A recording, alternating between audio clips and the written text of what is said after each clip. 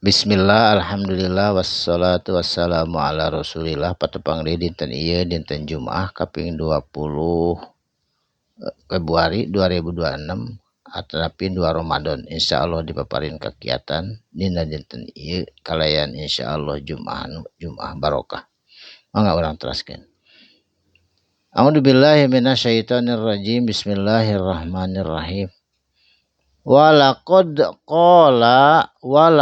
jeung nyata sanyana qala geus nyarita saha lahum ka itu Bani Israil ka itu kaumna Nabi Musa Haruna Nabi Harun. Terus nyarios Nabi Harun bisi panyangka teu dinasehatan ku Nabi Harun, padahal tos nyarios Nabi Harun teh mingkoblu ti samemehna Nabi Musa dongkap nyaeta munajat di Gunung Sinai. Pok Nabi Harun nyarios ka Bani Israil, ya qaumi, hei kaum kami, innama sanyana ari perkara sembahan anjeun eta, putintum eta teh cocoba pikeun anjeun bihi ku anak sapi, ku anak patung, ulah disembah eta teh cobaan pikeun anjeun. Wa inna rabbakum sanyana ari pangeran anjeun tegasna Gusti Allah Ar-Rahmanu eta maha pemurah. Allah teh nu mamasihan rezeki ka anjeun anu masihan manna wasalwa jeung sajabana. Saterasna fattabi'uni mangka tuturkeun kami ceuk Nabi Harun, sok tuturkeun ieu ibadah ka Allah Subhanahu wa taala. Wa ati'u jeung taat anjeun kabeh, kudu taat amri kana perintah kami. Saur Nabi Harun ka kaumna Nabi Musa nyaeta Bani Israil. Qalu maranehanana ngajarawab, lan nabraha muarek kapangaruhan, muarek terpengaruh alaihi ku eta ucapan anjeun ceuk Bani Israil. Akifina kuring mah rek taat we rek tekun cenah kana nyembah patung anak sapi hatta sehingga yarji'a datang atau kembali mulih ilaina ka abdi sadayana Musa kangjeng Nabi Musa. Can datang Nabi Musa mah kuring mah rek nyembah anak sapi we tekun gitu. Sadongkapna Nabi Musa marah nu kabina-bina bari jeung sedih ningali kaumna nu tos sebagian musyrik deui.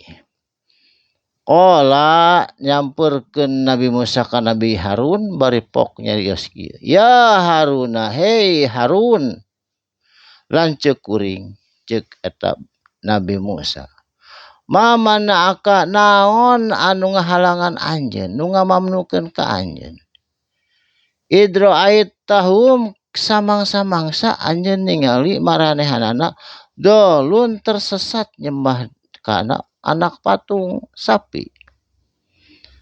Jenta hok sarita nyembahna teh kana patung anak sapi.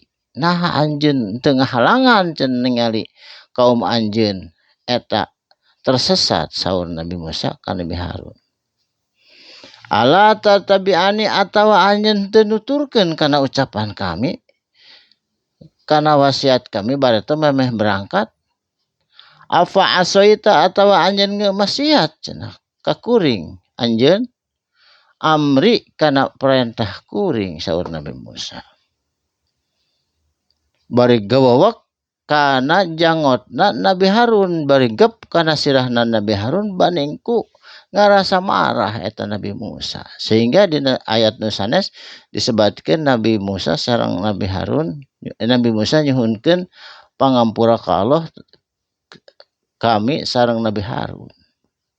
Bari gep kana janggotna jeung kana sirahna qala Nabi Harun nyarios bari leuleuy, ya ibnu umma, hei anak umi atawa adik kuring, la ta'khud entong nyepeng kieu bilihyati kana janggot kuring, tong digawawak di jenggot kieu cenah janggot kuring, wala birosi jeung kana sirah kuring, ulah kieu.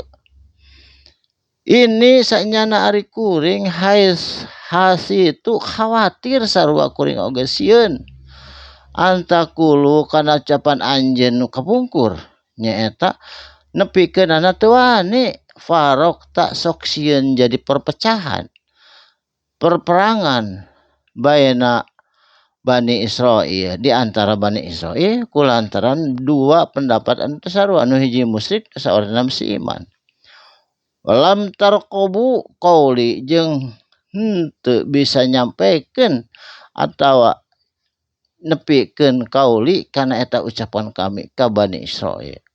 Jadi waktu sarita Nabi Harun teu tiasa ngadugikeun margi Nabi Harun mah lemah sok sieun jadi masalah kalangkah pecah belah antara Bani Israil. Cag urang simpen saduy ka dieu insyaallah dina dinten enjing urang lajengkeun deui dina ayat anu salajengna. Barakallahu li wa lakum usikum wa nafsi bitaqwallah. Wassalamualaikum warahmatullahi wabarakatuh.